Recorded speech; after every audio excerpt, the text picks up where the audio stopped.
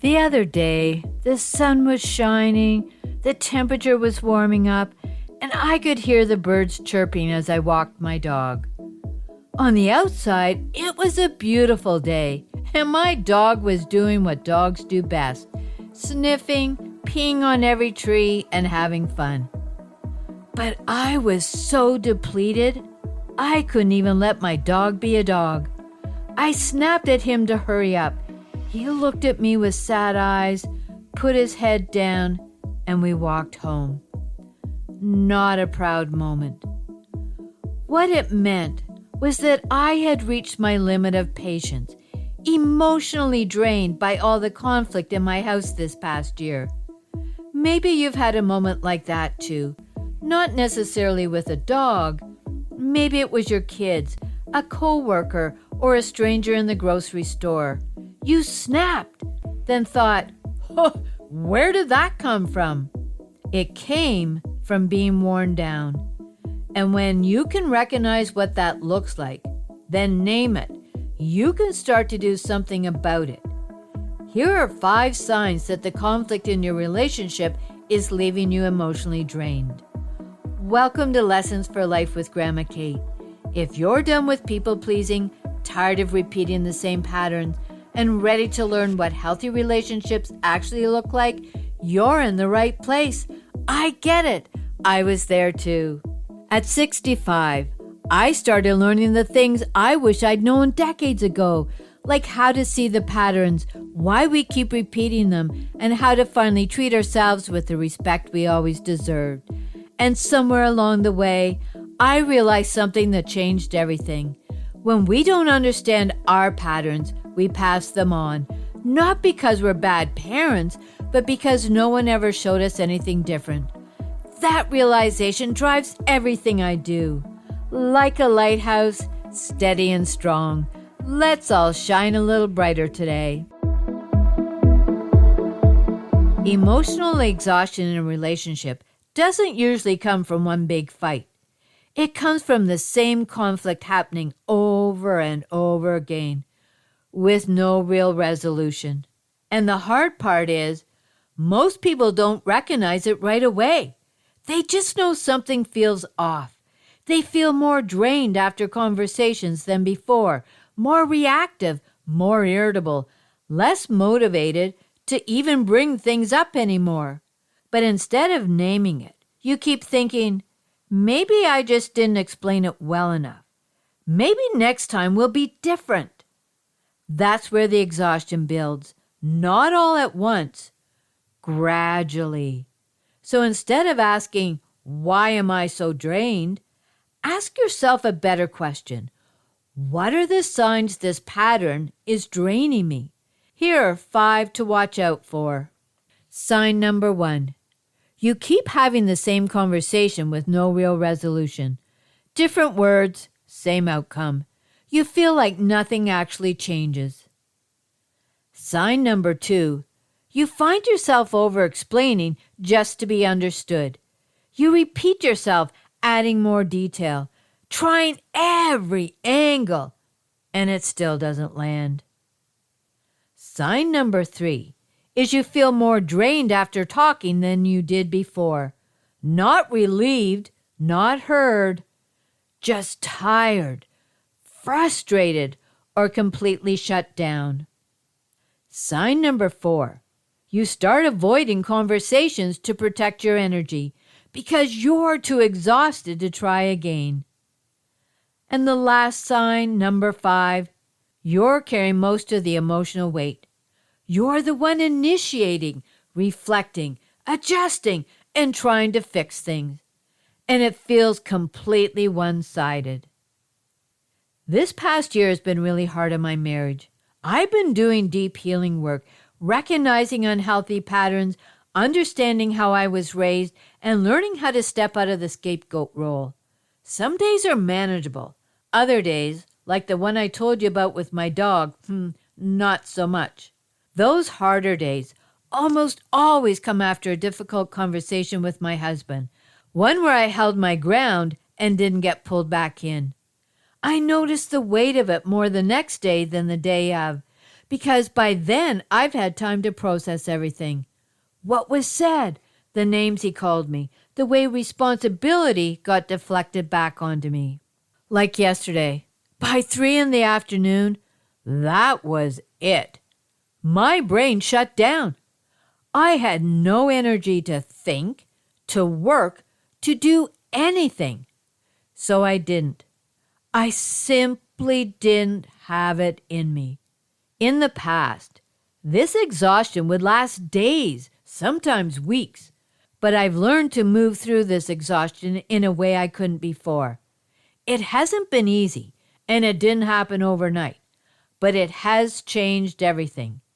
So let me share 5 ways I manage feeling emotionally drained. Number 1, emotional exhaustion is a sign the pattern isn't working. When you're drained after every conversation, it's easy to wonder if you're just too sensitive, too emotional, or too much. But emotional exhaustion is information. It's your nervous system telling you that something in this dynamic is costing you more than it's giving back. That's not a character flaw. That's a signal worth listening to. And number 2, more effort doesn't fix a one-sided pattern. When things aren't resolving, the instinct is for you to try harder, explain more clearly, show up better, be more patient. But here's the truth. No amount of effort on your part can change the pattern of the other person. You can't work hard enough for 2 people. And number 3, you can't carry both sides of the relationship without burning out. If you're the one initiating, reflecting, adjusting, and trying to repair every single time, that weight will eventually become too heavy. Burnout isn't a sign of weakness. It's the natural result of carrying something that was never meant to be yours alone. And number 4, protecting your energy may mean choosing not to engage the same way anymore. This doesn't mean giving up or going silent forever. It means recognizing that stepping back from a pattern that isn't working is actually a form of self-respect, not defeat. And number 5, clarity comes when you stop trying too hard in your relationship. When you step back, something shifts.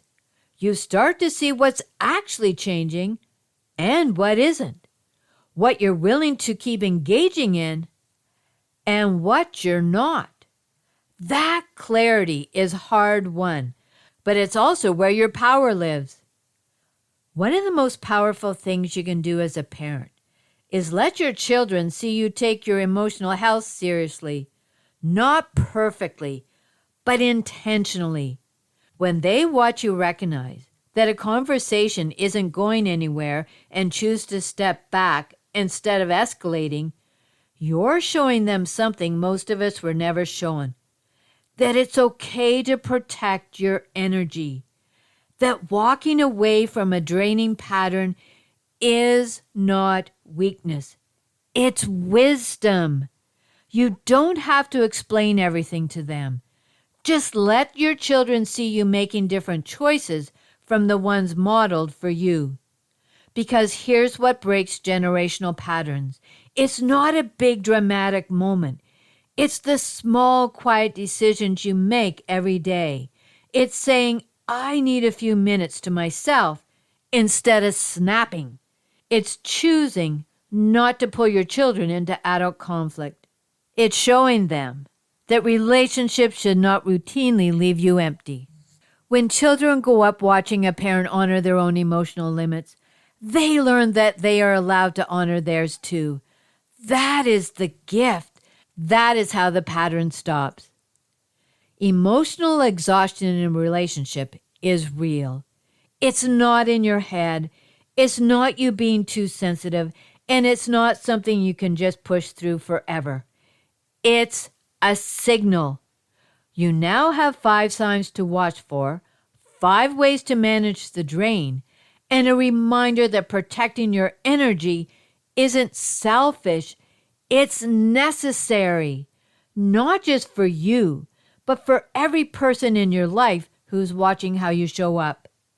Whether you're starting to understand yourself more clearly or learning to do things differently, you're building the skills to grow into the person you're meant to be. Listening is important, but real change happens when you use what you learn. So choose just one life lesson from today and try it out this week. That's when things begin to shift. And if you want more life lessons like this, be sure to follow Lessons for Life with Grandma Kate on Facebook, Instagram, LinkedIn, and YouTube. If this episode resonated with you, there's a link in the show notes to show your appreciation. Either way, I am grateful for you being here. If no one has told you lately, everything will be okay. Tomorrow is a new day, and with it comes new hope. As I conclude this episode, I must state that this podcast is designed solely for educational and entertainment purposes. While I bring my experience as a parent and grandparent, it's essential that you know I am not a licensed therapist.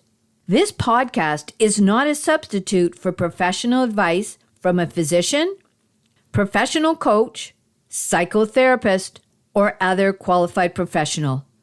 Got it? Awesome. Until next time, what is one thing you are grateful for?